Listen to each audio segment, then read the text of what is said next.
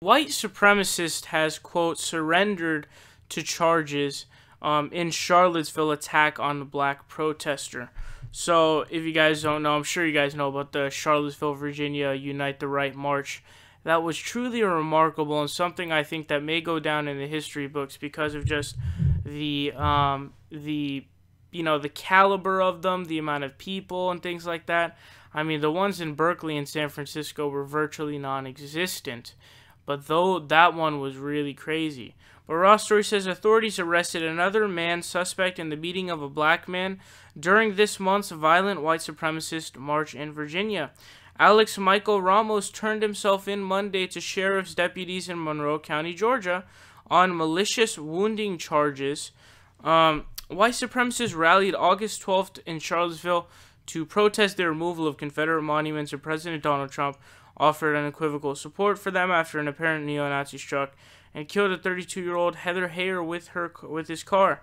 The 33-year-old Ramos, who claims Puerto Rican ancestry but said he was proud to march alongside Ku Klux Klan members, is accused of attacking 20-year-old counter-protester DeAndre Harris with a group of men. So DeAndre Harris is actually an African-American man who was beat up by a gang of white people with a bunch of different things. There was like a big stick and stuff, and as soon as he got up off the ground, you could tell he was panicked and trying to get off the ground because his life was in danger and he was very scared for his life. Now, when he got up, his face was very bloodied. He seemed to have trouble getting up. He seemed to be very jittery and things like that. That was something that we had shown on the show. And, you know, Sean King has been trying to get these people on charges. Recently, we had Bass Stickman, one of, like, the alt-right icon dudes, was actually arrested, not for anything in Charlottesville, but rather for Berkeley. There was, like, some kind of, I forget, I think it was use of tear gas, I believe. Christopher Cantwell, he, I think, is still in jail. He had turned himself in. This guy's turned himself in. They're going to go on to talk more about this, too.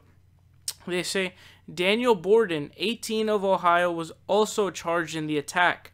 Harris suffered a broken wrist and a head injury that required 10 stitches, or staples, not even stitches, said his attorney, who credited activist and journalist Sean King with identifying the assailants.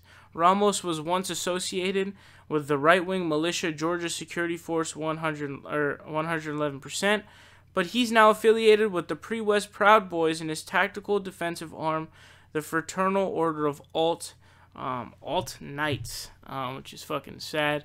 I guess Proud Boys is some pro-Trump group. I don't know who the fuck they are. This may be the first time that I'm hearing about them. But I'm glad to see these people getting charged, and I think more and more of these people are starting to actually get charged, which is very good. What's up, guys? It's Saul Hill here. You guys are watching The Progressive Voice. Make sure you guys click subscribe down below. We're fighting Donald Trump tooth and nail, and we need your help.